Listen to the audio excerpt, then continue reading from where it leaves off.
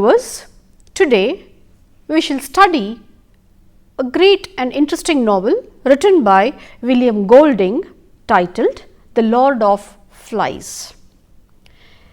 Before we go into the details of this novel, let us try to know a little more about the author. William Golding was born in Cornwall, a small town in England, on September 19, 1911. The writing skills were inherent and he showed a deep interest in writing novels when he was just 5 years old. His parents inspired him to go for natural sciences, which he tried to study for some time, but he shifted his focus to English literature, which he completed from Oxford. He worked as a school teacher till 1940 and displayed the literary streak. In 1940, a year after England entered World War II, Golding joined the Royal Navy. Golding's experiences in World War II proved to be a great platform to understand humanity and evils of war. After the Second World War, he continued with teaching and writing novels, and he wrote this novel, The Lord of Flies, which proved to be a great success both in Britain and in the United States. The successful sales gave him financial stability. He retired from teaching and contributed in the form of novels to the world of English literature. The notable ones are Pincher Martin, that was published in 1956, and a play, The Brass Butterfly, in 1958, but none could excel The Lord of Flies. He was awarded with the Nobel Prize for Literature in 1983. He died in 1993, one of the most commended writers of the second half of the 20th century. The novel Lord of Flies tells an enchanting story of a group of English schoolboys stranded on a tropical island after their plane is gunned down during a war. Though the novel is fictional, its presenting the idea of human evil is at least partially based on Golding's experience with the real life violence and brutality of World War II.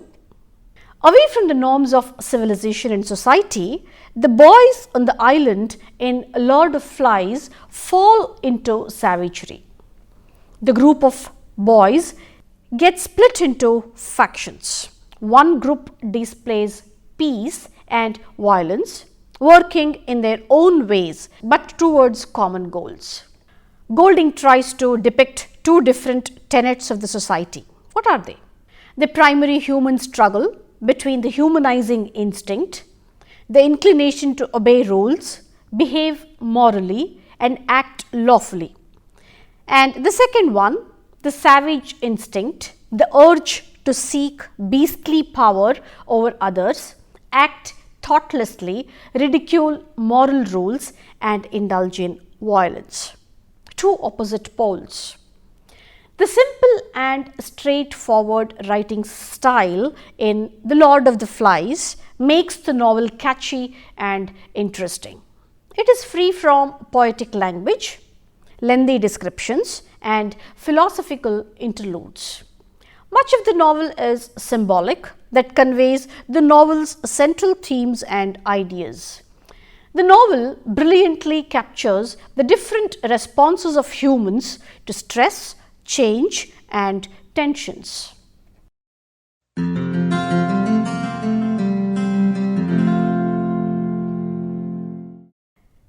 In the midst of the furious war, a plane evacuating a group of schoolboys from Britain is shot down over an abandoned tropical island. Two of the boys, Ralph and Piggy, find a conch and they use it as a horn to summon the other members of the group to assemble and find a quick way out to escape.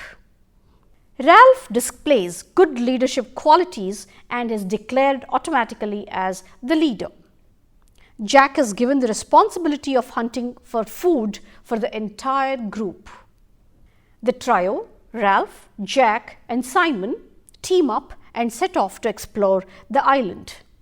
They light the fire to catch the attention of the passing ships. The boys, in a playful mood, forget to monitor the fire, and unfortunately this fire engulfs the whole forest.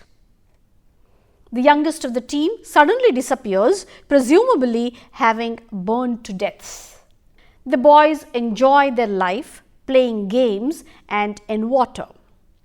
Ralph was conscious enough to maintain the signal fire and about building huts for shelter. Jack is too involved in hunting. When a ship passes by on the horizon one day, Ralph and Piggy realize that Jack, as a hunter, failed to keep the signal fires burning. Ralph is furious and criticizes Jack and Piggy, who also join in attacking Jack. Jack hits Piggy across the face. Ralph blows his conch shell and scolds the boys in a speech, asks them to restore the order. The younger boys of the group were experiencing nightmares, and they were under the illusion that there was a beast lurking around on the island. These little boys were known as little uns. The older boys tried to instill confidence in the younger ones, asking where such a monster could hide during the daytime. One of the little uns suggests that it hides in the sea, an idea that makes the whole group restless. Not long after meeting the Sam and Eric, who were fast asleep, failed to notice military planes engaged in a battle high above the island. A parachutist drifts to earth on Signal Fire Mountain dead. The boys, in deep sleep, do not notice the parachutist land with a strange flapping noise, and the noise wakes them up. They see the huge silhouette and are terrified with their own imagination that the island beast is at hand. They rush back to the camp with the news that the beast has attacked them. The boys decide to go on a hunting expedition to search for the monster. The differences between Jack and Ralph widen the rift.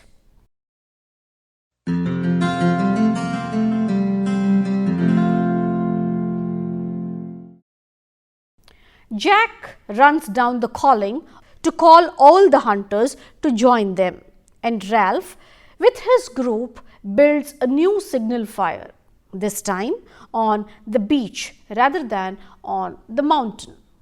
Some boys slip from the Ralph's group and try to join Jack.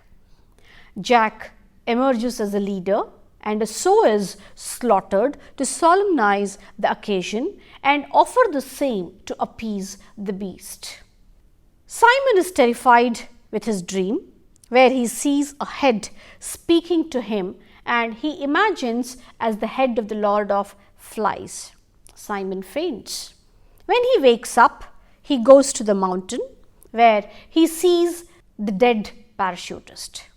Later, he realizes that the beast does not exist in reality, and there is a beast hidden in every human being.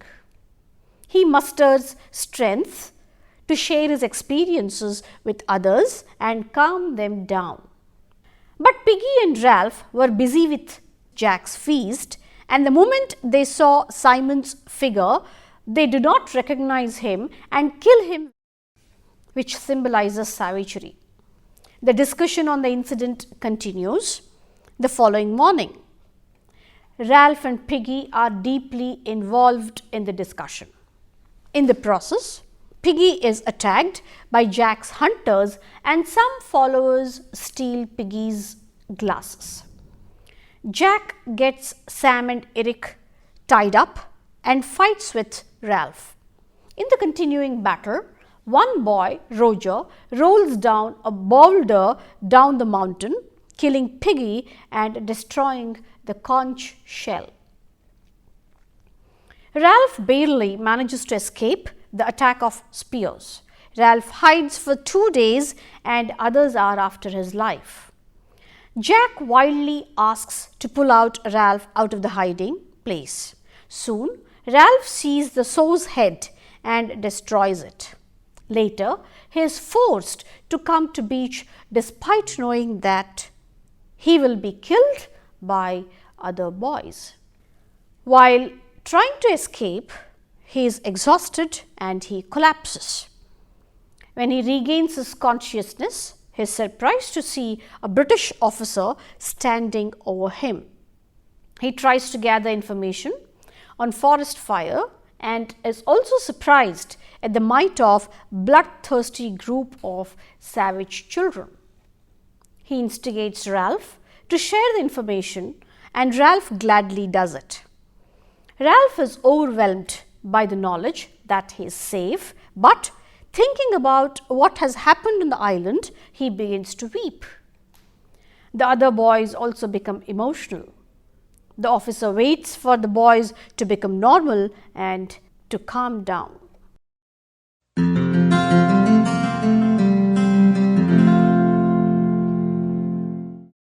Let's get introduced to this character called Ralph. He's a robust and charming protagonist of The Lord of Flies. He displays strong leadership qualities while most other boys are concerned with playing and fun. Ralph constantly looks for alternatives to escape and maximize their chances of being rescued. Initially, Ralph impresses and influences other boys at the beginning of the novel. Later, the group succumbs to savage instincts and Ralph's hold becomes weak and Jack's position rises. Except Piggy, everyone joins the group for Jack's. Ralph is left alone to be hunted by Jack's tribe. Ralph's understanding of civilization and morality is mature and he wants to be eagerly a part of the civilized society. This also helps him to defend himself against Jack's hunters. At the initial stages of the novel, Ralph was unable to understand why the other boys succumbed to the savagery. The violent sights frustrated him.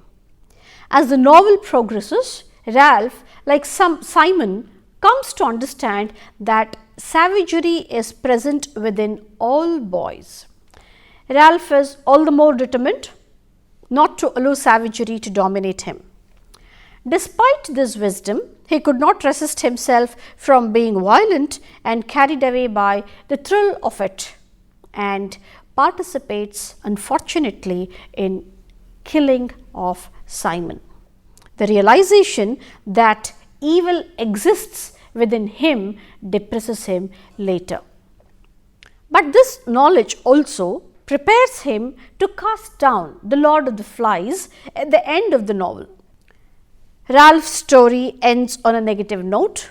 Although he is saved and returns to civilization, when he sees the naval officer, he weeps with the burden of his new knowledge about the human capacity for evil. Well, another interesting character is Jack.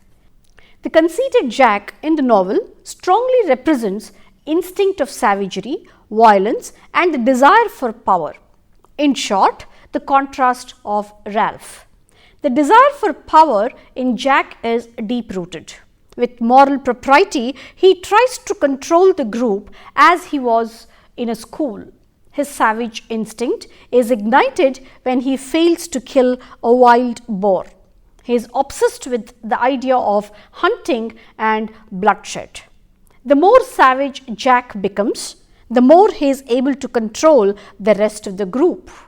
By the end of the novel, Jack skillfully exploits the boys' fear of the beast to control their behavior, a reminder of how religion and superstition can be maneuvered as tools of power.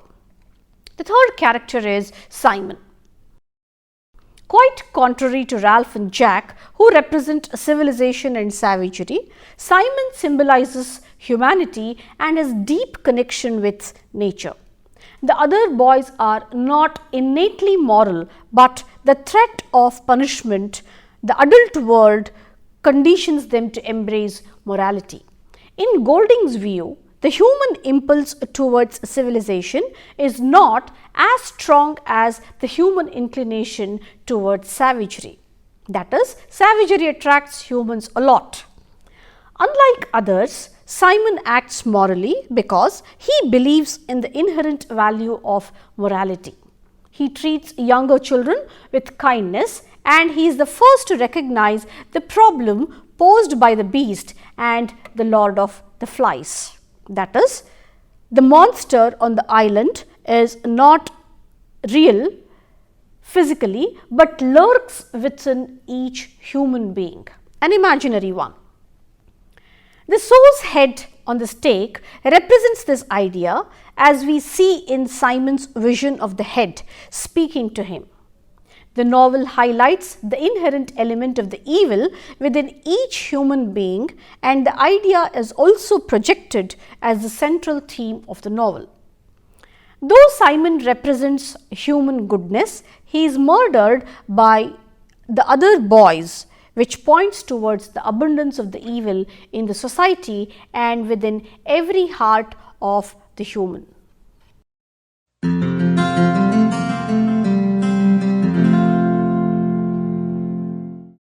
Now let's look at interesting themes of this novel. The first one is civilization versus savagery. The central idea of The Lord of the Flies is the clash between two opposing impulses that exist within all human beings: the instinct to live by rules, act peacefully, follow moral commands, and the second one to be against them, to be in power. Throughout the novel, Golding associates the instinct of civilization with good and the instinct of savagery with evil. The conflict between the two instincts is the driving force of the novel, explored through the dissolution of the young English boys' civilized, moral, disciplined behavior as they accustom themselves to a wild, brutal and barbaric life in the jungle. Lord of the Flies is an allegorical novel, which means that Golding conveys many of his main ideas and themes through symbolic characters and objects. He represents the conflict between civilization and savagery in the conflict between the novel's two main characters. Who are they? Ralph, the protagonist, who represents order and leadership, and the second one is Jack, the antagonist, who represents savagery and a strong desire for power. As the novel progresses, Golding presents different reactions of people towards savagery and civilization. He also tries to prove that savagery is the basic instinct and is fundamental in humans. Piggy, for example, has no savage feelings, while Roger seems scarcely capable of comprehending the rules of civilization. According to Golding, moral behavior is imposed on human individuality. Given an opportunity, people would revert to cruelty, savagery and barbarism. This idea of inherent human evil is central to Lord of the Flies and finds expression in several key symbols, most markedly the beast and the sow's head on the stake. Among all the characters, only Simon seems to possess anything like natural innate honesty and goodness. Another important theme is loss of innocence. The boys on the island drift towards savagery from civilized behavior and become bloodthirsty hunters who do not wish to be human. They lose innocence and become barbaric, but Golding does not depict this loss of innocence as something that is done to the children. Rather, it results naturally from their increasing candidness to the inborn evil and savagery that has always existed within them. Golding is of the view that civilization can lessen but not erase innate evil that exists within all human beings. The forest glade in which Simon sits represents this loss of innocence. He discovers the bloody sow's head with spear upon a stake in the middle of the clearing. The bloody offering to the beast has disturbed the paradise that existed before, a significant symbol of innate human evil disturbing childhood innocence.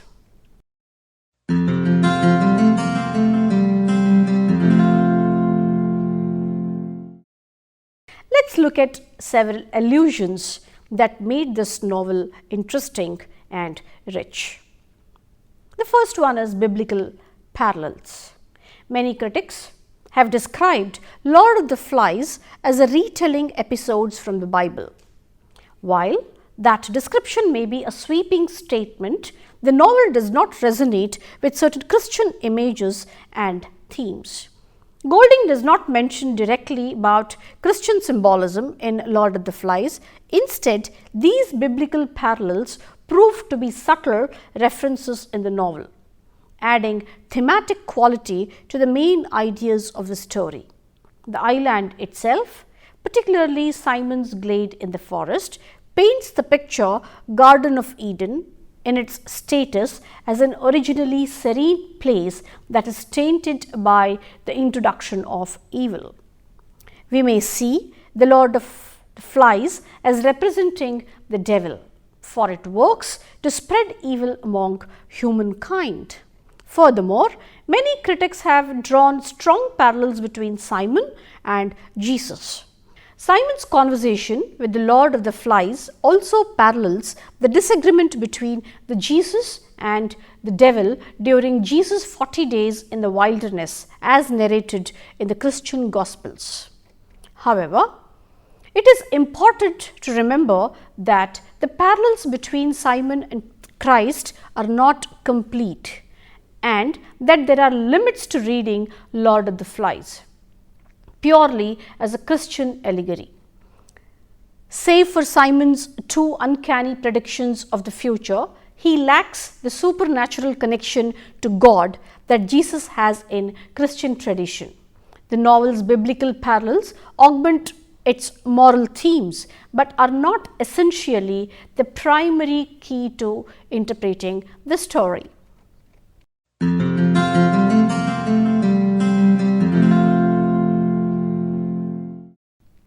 The first one is the conch shell. Ralph and Piggy find a conch shell on the beach at the beginning of the novel and use it to grab the attention of the boys together after the crash separates them. Golding has used it as a powerful symbol to represent civilization and order in the novel. It indicates power and empowers the speaker to lead the team. It is also a vessel of political legitimacy and democratic power. As there is a gradual shift in boys from civilization to savagery, the conch loses its power to influence the boys. Ralph musters strength and confesses his role in Simon's murder. The boys try to murder Ralph when he tries to blow the conch in Jack's camp. The boulder aimed at killing Roger crushes the conch shell, signifying the end of the civilized instinct among the boys on the island. Second symbol is Piggy's glasses. Piggy is the most civilized and refined among all the boys in the group, and his glasses symbolize power of science and intellectual approach in the society. The boys use the lenses from Piggy's glasses to focus the sunlight and ignite fire. When Jack's hunters attack Ralph's camp and steal the glasses, the savages efficiently take the power to ignite fire, leaving Ralph's group helpless. The boys burn a signal fire on two places, the mountain and the beach, to attract the attention of passing ships and escape. As a result, the signal fire becomes a parameter of the boys' relation to civilization. The beginning of the story narrates that the boys maintain the fire and is a sign that they want to be saved and be a part of civilized society. When the fire burns low or is put off, we understand that the boys have lost control over civilized life and have embraced their savage lives on the island. The signal fire indicates the strength of the civilized instinct remaining on the island. Ironically, at the end of the novel, a fire finally summons a ship to the island, but not the signal fire. Instead, it is the fire of savagery. The forest fire Jack's gang starts as part of his quest to hunt and kill Ralph. Now let us look at the significance of the title, The Lord of the Flies.